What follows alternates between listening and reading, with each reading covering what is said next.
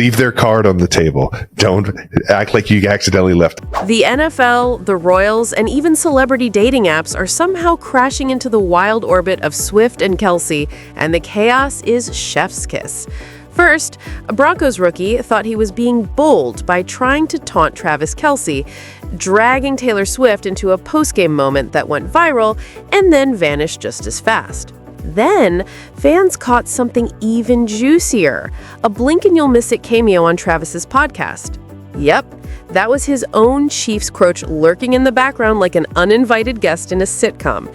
It's Swift, it's Kelce, it's drama, and it just keeps getting better.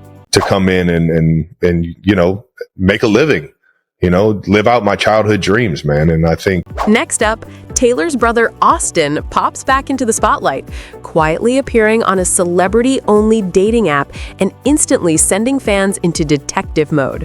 One subtle sighting, and suddenly everyone wants to know who he's swiping on and why now. White people's chance to be sister-in-laws with Taylor Swift. Her brother Austin has been spotted on the dating. After that, the Norwegian royal family surprised everyone by sharing a heart-melting update, perfectly soundtracked by a Taylor Swift song.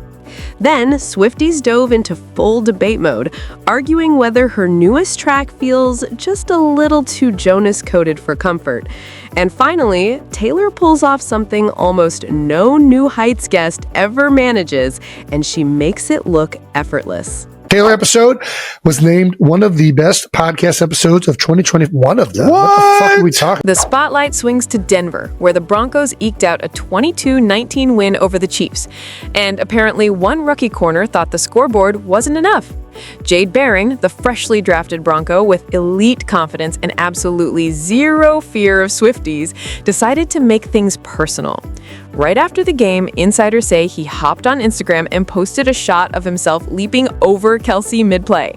Then he went full shoot your shot mode and tagged Taylor Swift, telling her to put him on a song, basically demanding a feature like he was already on the Eras Tour lineup. The post vanished in under 24 hours, which is hilarious because nothing disappears slower than glitter, except screenshots. Swifties had already captured everything and pounced. They reminded him that messing with their queen never ends well. Some joked he should be terrified. Others roasted him for clout chasing like he was diving after a loose fumble. A few even brought up the C.J. Gardner-Johnson incident from the Super Bowl, because Swifties have long memories and zero chill when it comes to protecting Taylor. Meanwhile, Kelce is having one of those weeks where you hit a major career milestone, but the universe refuses to let you enjoy it. The Chiefs are stuck at 5-5, the vibes are off, and Travis walked past reporters like he had somewhere better to be.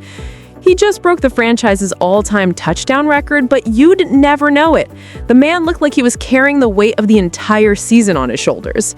Mahomes, to his credit, is owning the chaos. He basically admitted the inconsistency starts with him. Some drives look unstoppable, others look like everyone forgot the playbook. And next up, the 8-2 Colts. The Chiefs are running on fumes and prayer, plus hoping no more rookies try to get famous off the tight end's superstar fiancé.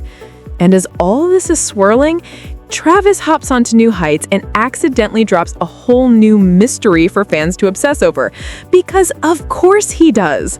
The man can't even sit in front of a bookshelf without starting a full-on investigation.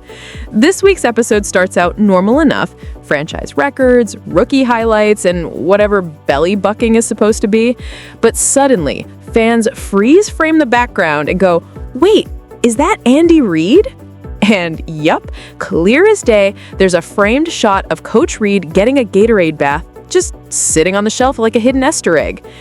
Instantly, the internet loses its mind and goes full detective mode. Card on the table. Don't act like you accidentally left. Some insiders believe Travis placed that photo there on purpose, like a giant neon sign flashing, "Relax everyone, Coach isn't going anywhere." And honestly, the timing feels a little too perfect.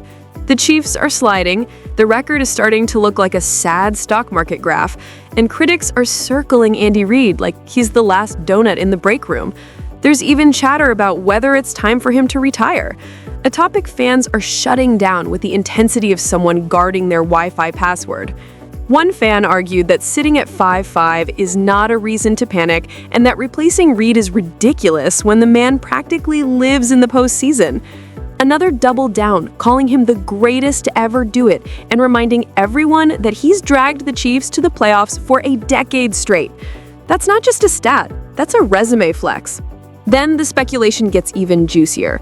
Fans start insisting that Travis put that frame on the shelf recently, like this week recently, because that spot has been empty in past episodes. Others point out that Travis has a huge heart, not just for Taylor, but for the entire Chiefs family. And this is exactly the kind of quiet loyalty move he'd pull. But while Travis is out here sending subliminal bookshelf love letters to his coach, the internet suddenly shifts to a whole different branch of the Swift universe. Because with Taylor, there is always a new storyline loading. This time, it's her brother Austin stepping into the spotlight, and not because he produced a film, acted in something, or rescued a cat from a tree. Nope, Austin might be looking for love on Raya, the celebrity dating app that's basically Tinder in designer sunglasses. Word is, someone scrolling through the app did a double take when they came across a familiar face. Austin Swift, 33. Bio, polished. Vibes, calm.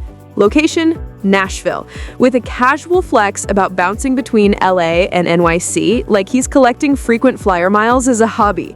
His listed interests? Steak, racket sports, sitting and laying, and emo music. Honestly, that is both deeply relatable and hilariously Swift-coded.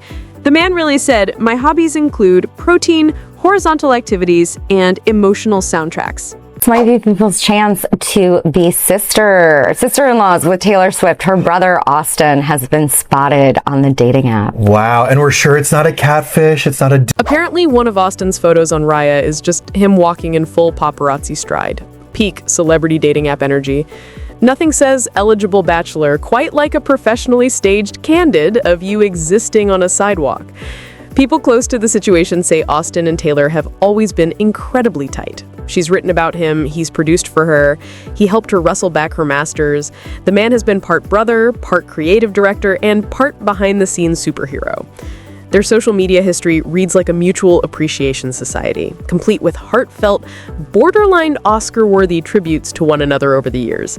And just as fans are digesting Austin's I lift weights, lie down, and listen to emo dating profile, the universe suddenly decides it's Taylor Swift Appreciation Week, because now even royalty is joining the fan club. Out of nowhere, the Norwegian royal family pops up on Instagram like, "Hello, besties! We too are Swifties now." On a perfectly normal Thursday, they posted an adorable good luck message for students taking exams, wholesome academic vibes, and casually set the whole thing to Taylor's track, Opalite.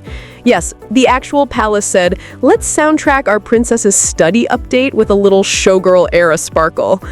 At this point, Taylor has the most random, powerful fan base on Earth. Teens, celebs, athletes, politicians, and now Scandinavian royalty. The post featured Princess Ingrid Alexandra studying in Australia, looking calm, focused, and royally stressed, apparently with Taylor playing in the background. The caption reminded students of the Aussie superstition: if you haven't opened a book before the jacaranda trees bloom, you're doomed. Spoiler, the trees have been blooming for weeks. So the palace basically said, you may or may not be cooked, but good luck anyway. Honestly, the most relatable monarchy moment ever. And the choice of Opalite, track 3 from The Life of a Showgirl, is hilarious in the best way.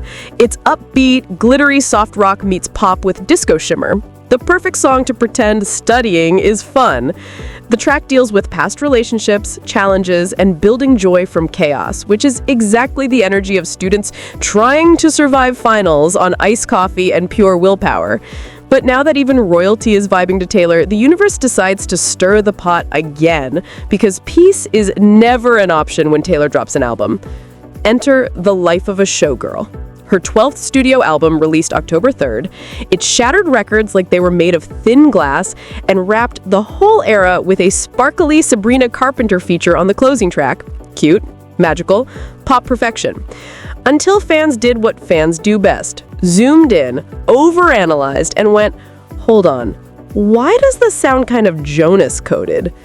TikTok immediately turned into an unofficial forensic audio lab. One user played Taylor's track and the Jonas Brothers' Cool side by side, and suddenly half the internet was clutching their headphones like they just uncovered state secrets. Another TikToker pointed out the matching chords with the enthusiasm of someone who did their music theory homework unprompted. And honestly, the similarities are there. Not lawsuit levels, but definitely, interesting territory. Reddit, of course, took it to the extreme. Some fans swore the songs were basically copy-paste identical and were baffled that the Jonas Brothers or their writers weren't credited. The only names listed are Taylor, Shellback, and Max Martin. Cue a collective eyebrow raise. And while the internet is busy comparing chord progressions like CSI Pop Music Edition, the Kelce universe keeps spinning because Taylor suddenly pops up in a totally different storyline. And she just managed something almost no New Heights guest ever does. Her August appearance didn't just spike the numbers, it landed the episode on Apple Podcasts' Best of 2025 list. Yep, the same list usually dominated by true crime, history deep dives, and podcast hosts whispering about productivity hacks, now features Travis, Jason, and Taylor giggling about friendship bracelets. In their newest episode, the brothers start reminiscing like two dads discovering TikTok for the first time. Jason brings up how their Taylor episode got the Big Apple stamp of approval. Travis, fully in his proud fiancé era, starts gushing about how magical she is. Jason, meanwhile, is basically like, honestly, how is any other episode supposed to compete? Fair question. Taylor episode was named one of the best podcast episodes of 2021 of them. What the fuck are we talking about? Are they rating other ones up there? There's nothing that's even fucking coming close to that. I mean, yeah. What is beating that one? So magical. That August taping was already the stuff of legend. Taylor opened up about how New Heights accidentally played matchmaker, joking that she basically owed the show for acting as Travis's unofficial dating app. She even laughed about the now iconic moment when he left the Eras tour all pouty because he couldn't give her a friendship bracelet with his number stitched into it. The world's most wholesome failed Riz attempt. And that, folks, is where we'll wrap things up for this video.